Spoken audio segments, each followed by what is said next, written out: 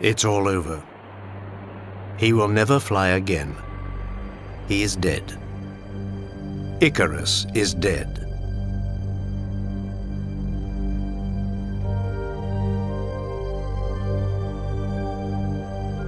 And yet, Daedalus, his father, had warned him.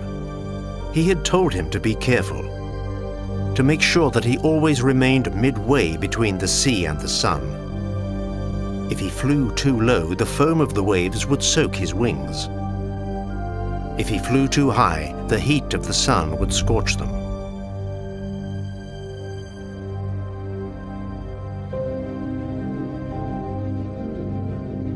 But Icarus did not heed his father's warning.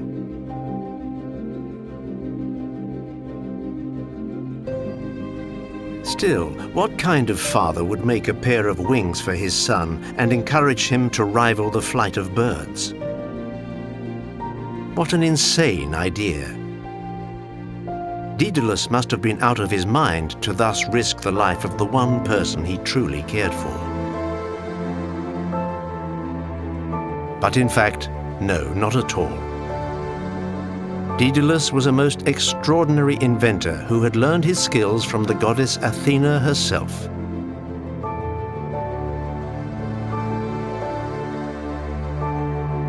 He was also a brilliant architect, a gifted artist, a sculptor who mastered his art to such perfection that, it was said, his statues had to be chained so that they would not run away. He once made a sculpture of Heracles that was so true to life that when the hero himself saw it, he was outraged and smashed it.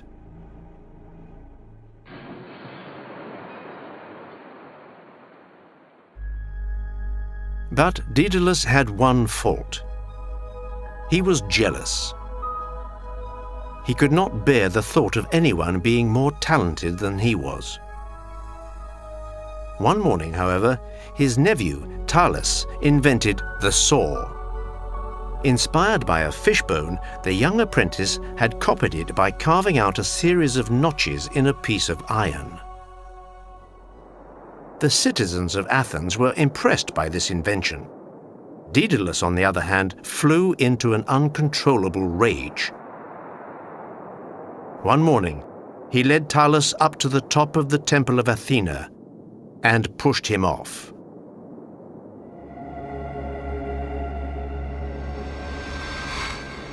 Then he hurried back down to the base of the Acropolis and put Daedalus's body into a bag. He was planning to bury his nephew in secret. But his despicable crime was soon discovered. Daedalus was arrested and tried. In the end, because his many inventions had rendered a great service to humanity, the Athenians decided not to send him to prison, but to banish him from the city. And that is how Daedalus and his son Icarus came to live in Crete, in the court of its powerful king Minos. But that does not explain why Daedalus sent his son flying up into the sky, and thus risked seeing him come crashing down. It all began a long, long time ago.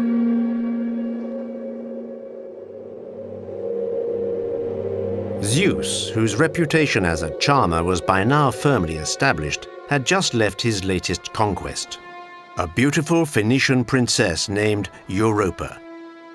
After changing himself into the form of a bull, he had abducted Europa from the shores of Tyre and whisked her away to the mountains of Crete. Europa bore him 3 beautiful children, all boys: Minos, Rhadamanthus, and Sarpedon. Their mother did not remain single for very long. There were many contenders. They all considered it a great honor to woo the woman who had been the lover of the master of Olympus. It was Asterius, the prince who reigned over Crete, who won her hand. Asterius married Europa and adopted her children, who then became his heirs.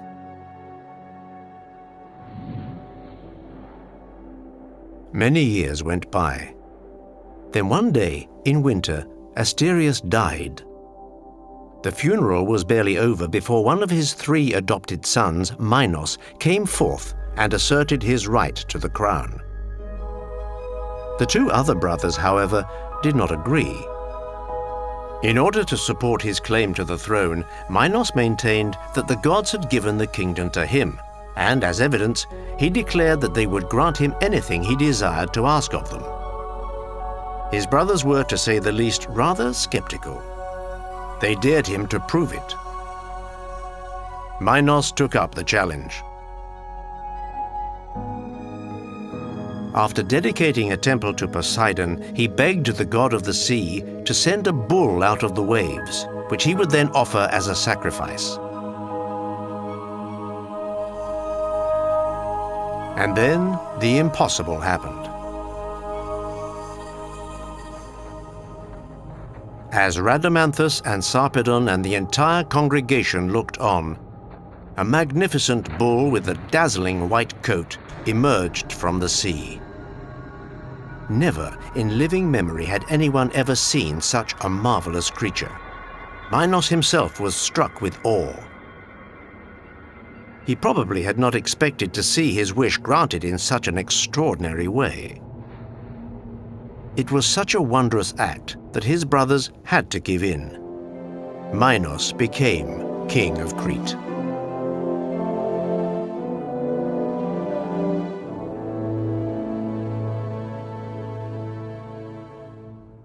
Minos thought Poseidon's bull was so beautiful that he decided to deceive the god.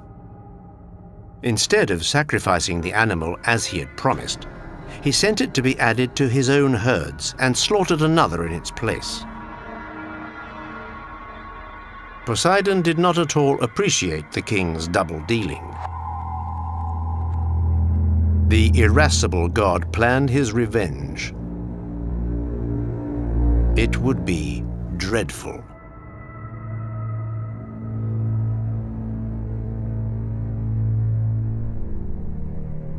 A king without a queen is not quite a king. Once he had been crowned, Minos took as his wife a young woman named Pasiphaë, which means she who shines for all. Pasiphaë was the daughter of the sun god Helios and the nymph Crete. She was said to be immortal, and she was also said to be a magician, because she was able to kill any woman who tried to take her husband away from her. Anyone who slept with him would be covered with scorpions and serpents that were discharged from his body. 3 children were born of this royal union: 2 daughters, Ariadne and Phaedra, and a son, Androgeos. The royal couple were happy together. But unbeknownst to them, the offended Poseidon had concocted a diabolical scheme. One night, the god of the oceans crept into Queen Pasiphaë's bedroom. He circled around her bed, whispering words that no one could understand, and then left.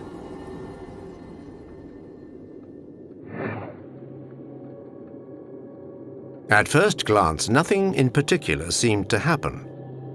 At first glance, because at dawn, Pasiphaë woke up and to her astonishment found that she was madly in love. Inflamed with passion, with an overpowering passion. For her husband? No. Pasiphaë had fallen in love with the white bull that Minos had failed to sacrifice. In her confusion, not knowing how to slake the desire that burned within her, the irresistible desire that she felt for Poseidon's white bull, Queen Pasiphaë went to see Daedalus.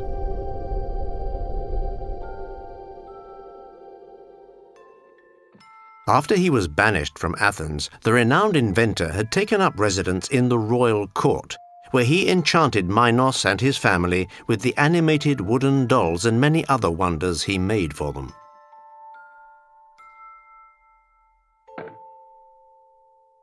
He would surely be able to find a way to help Pasiphaë. Daedalus listened to the queen. What she was seeking defied his imagination. She was seeking to satisfy her desire for the white bull. Daedalus hesitated. Such a union between a woman and an animal seemed repulsive to him. He wanted to refuse, but Pasiphaë threatened to have him and his son Icarus put to death if he did not obey her immediately. Daedalus had no choice. He had an idea. He built a wooden cow, covered it with a thick cowhide, and then mounted it on wheels which were concealed in its hooves. After pushing it into the meadow where Poseidon's bull was grazing, he showed Pasiphaë how to get inside and how to open the little folded doors in the back of the cow. Then he quietly withdrew, preferring not to witness what would happen next.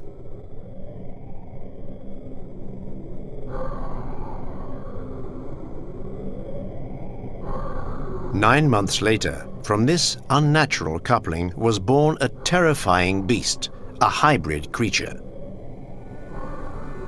It had a man's body with mighty shoulders and a broad chest, together with a bull's head.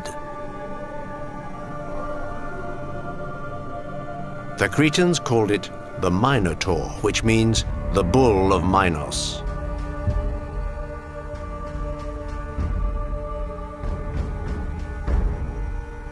Minos was livid with rage, and his first impulse was to punish Daedalus for his thoughtless act. But then he changed his mind. What Daedalus did, he decided, Daedalus must undo. He ordered the architect to build a foolproof prison from which the Minotaur, that affront to the sacred institution of marriage, could never escape.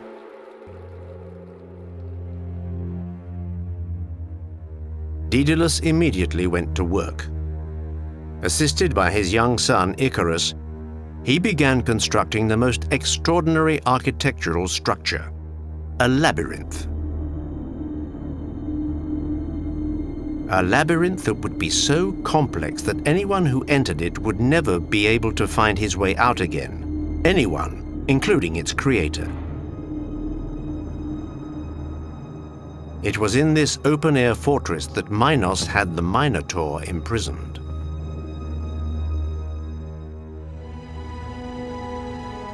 But then the king received some devastating news. Androgeus, his only son, had been killed in Athens under suspicious circumstances. Minos held Aegeus, the monarch who ruled over Athens, responsible for his death. War broke out. Athens was under siege. The people of the city were facing starvation. In order to lift the siege, the Athenians sent word to Minos that they would submit to any terms of surrender he wanted.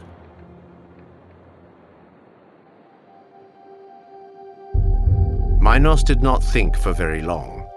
He demanded a payment of 7 boys and 7 girls to be sent to Crete every year so that he might offer them to the Minotaur.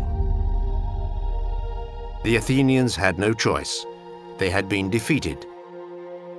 For many years they sent over the terrible tribute demanded by Minos.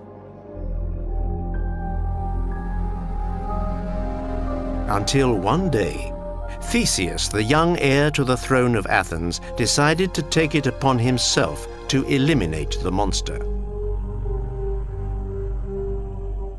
Even though his father tried to dissuade him, Theseus joined the group of future victims and left for Crete. He was determined to slay the Minotaur. When he arrived in Crete, Theseus was taken to the palace of King Minos. His daughter, the Princess Ariadne, saw him and immediately fell in love with him. She did not want the handsome young man to be devoured by the Minotaur or lost in the labyrinth. Ariadne confided her thoughts to the only man who could help her, Daedalus.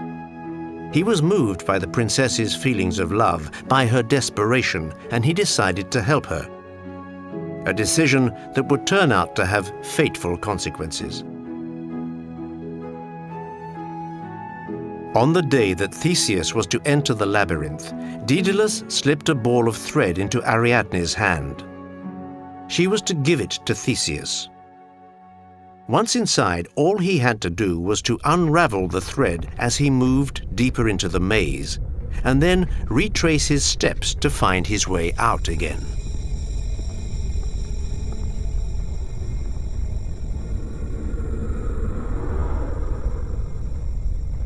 Everything went exactly as planned. Theseus killed the Minotaur and was able to make his way safely out of the labyrinth by following Ariadne's thread. Then, on that very same day, he took the princess with him, and they sailed away from Crete. The news of what had happened threw Minos into a cold rage. He immediately sent out orders to have Dedalus and Icarus arrested and thrown into the labyrinth.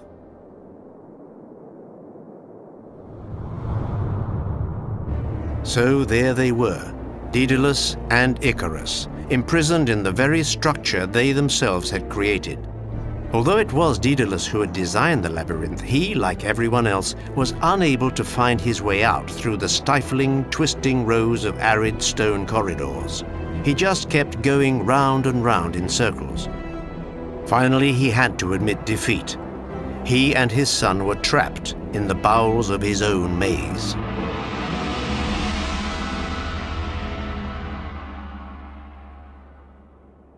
Icarus was filled with despair. He sat there on the dusty floor of the labyrinth. What else could he do but wait?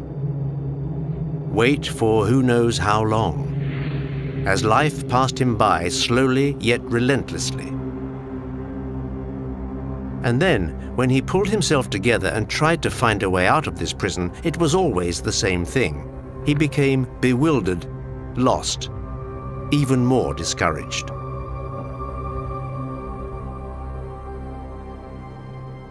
And so Icarus sat back down and gazed at the sky.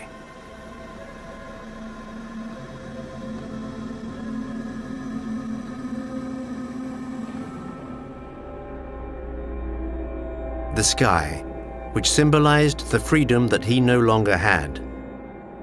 Icarus brooded despondently. Daedalus, in the meantime, was busy thinking. It wasn't the sky he was contemplating, but the birds.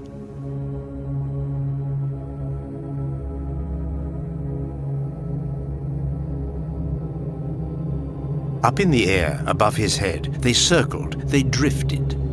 They soared, rising higher, vanishing into the clouds. They pursued each other in an aerial ballet full of lightness and elegance, and then came down to perch gently on top of the high walls of the labyrinth.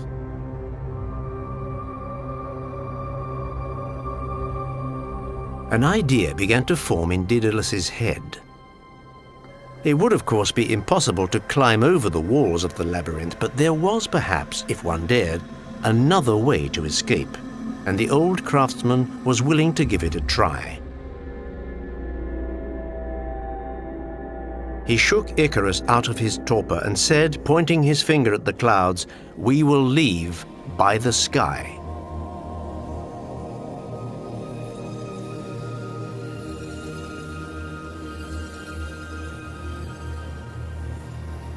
Icarus was dumbfounded.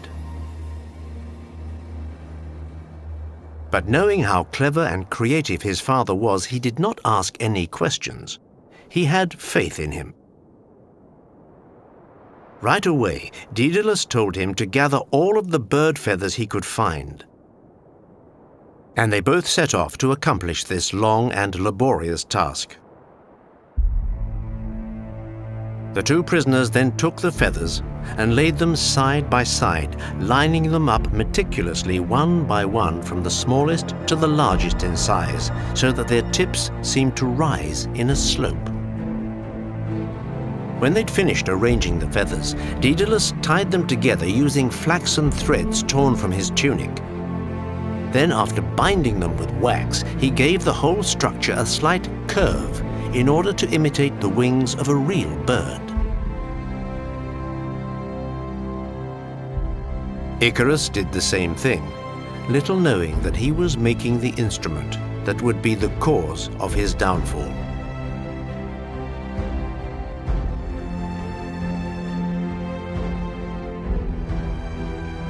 Daedalus put the wings on his son's back. He adjusted them and showed Icarus how to use them, telling him repeatedly how important it was to stay close to him and not to stray.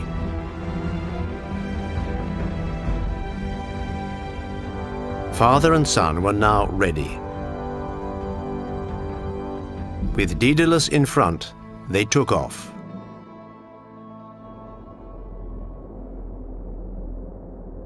And there they were, rising into the air, climbing higher into the sky, leaving the labyrinth far behind. From time to time, Daedalus would turn to check on his son to make sure he was following close behind and staying on course. In his excitement, Icarus took to flying more and more freely through the air. His youthfulness made him reckless. Gradually, Icarus, who kept soaring higher and higher, began to stray away from his father's path. Daedalus called out to him. He implored his son to come back. But the old man's voice was carried away by the wind. Besides, Icarus was no longer listening. He was oblivious to anything but the jubilation of flying, of rising to greater and greater heights. Why stay in between? Why take the middle course when we're offered the entire expanse of the sky? Let's go further, even higher. Nothing can stop us. For a moment or two, Icarus felt like the king of the universe. Now that he could fly, anything seemed possible to him. But as he continued to climb, the rays of the god of the sun began to melt the wax in his wings.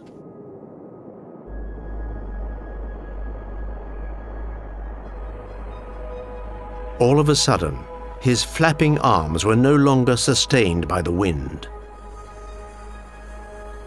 Icarus looked down at the sea far below.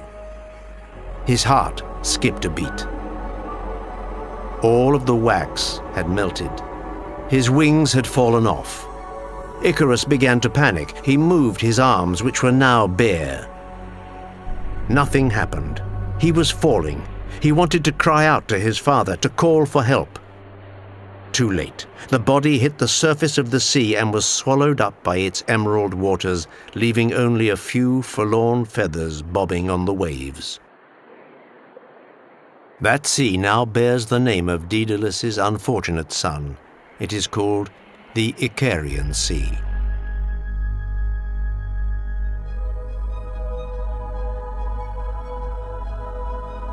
Daedalus had defied the laws of nature twice. The first time, in order to help Pasiphaë, who'd given birth to a monstrous beast.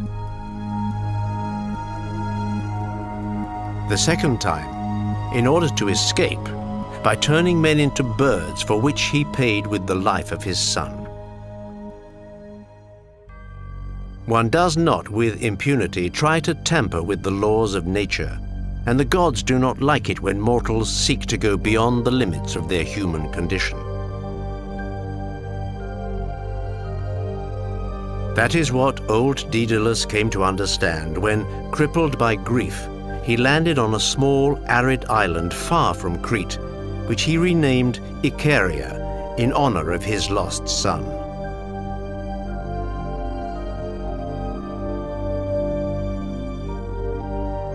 For hundreds of years, sailors and travelers have, as they crossed the Icarian Sea, wondered about Icarus and his airborne quest. Are we any different from Icarus? From the child who lived in an open-air prison and dreamed of flying away to another place, a place he imagined might be better. Icarus may not have fallen because he had lost all sense of moderation. His father, Daedalus, was clever, but also cautious, observant, and inventive, but also a man of reason. Icarus, in spite of his father's explanations and warnings, refused to listen to the voice of experience. But as we all know, experience is a light that only illuminates oneself.